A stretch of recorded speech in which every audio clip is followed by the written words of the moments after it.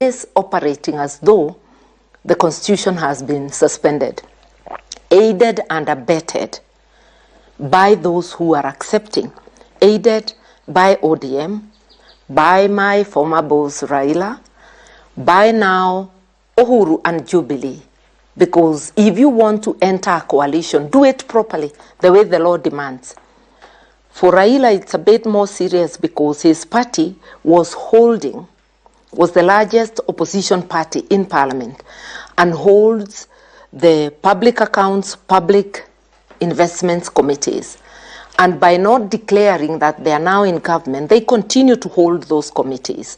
So there is a bloodline now between opposition and government. The same for Uhuru, because Jubilee holds a significant number of members of parliament. It is the third largest in the opposition after Wiper, after ODM and Wiper.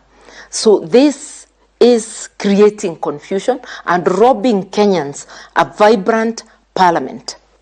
But this is parliament confessing through the mouth of a deputy speaker that it is an appendage of the executive.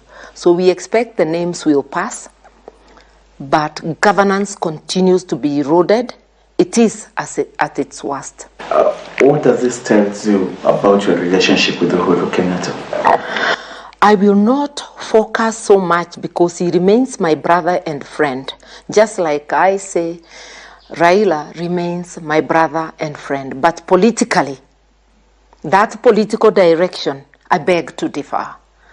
Because you must allow everybody to act according to how they see best.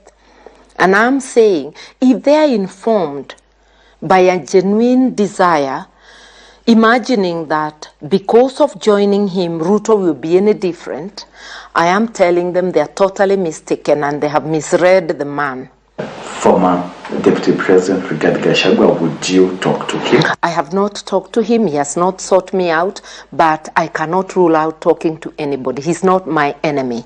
Kenya has one common enemy called William Ruto and his regime, and we better be focused as Kenyans. But the fact that I have not sat down with him doesn't make him my enemy. He may have done things that irritated or annoyed me, but that's life. People can always fix the broken. But at the moment, we are not talking. He's operating in his sphere. I'm in mine. And we also have brothers whom we have differed politically, like Raila. And even Uhuru's latest move, that's a political, a difference in political. But they remain my brothers and my friends. Did Uhuru Kenyatta consult or even consider you for a position? No, he didn't consult me, but how would he consider me for a position he doesn't have? I am not part of the begging bowl for positions, and it must be very clear to everybody and to Kenyans. I am not a job seeker. I would not go looking for a job in a crumbling house. You remember that even Uhuru himself had offered me a position in 2017 and I declined. I am not a job seeker. I offer myself for election out of a genuine desire to serve Kenya and to help fix the broken in our house, our collective house called Kenya. The president says that it's in a bid to unify the country. Do you unify by marginalizing? You sit down, he had the opportunity when the Gen Z pushed him and he dissolved cabinet, he had the opportunity to sit down.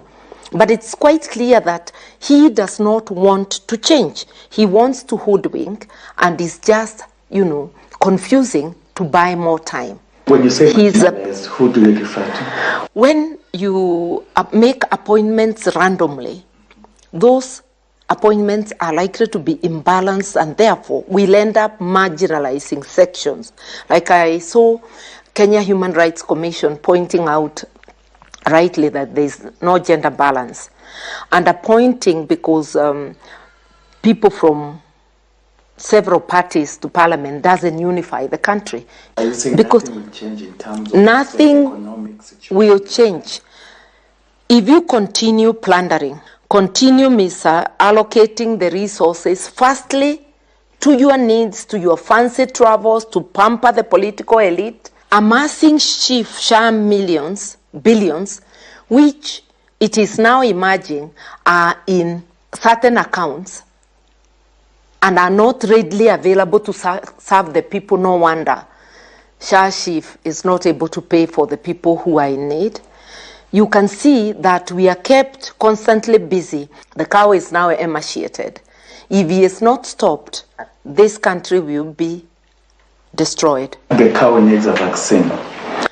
Oh, the vaccine. That vaccine, why? Let's first ask a question. Why would anybody dream of mass vaccination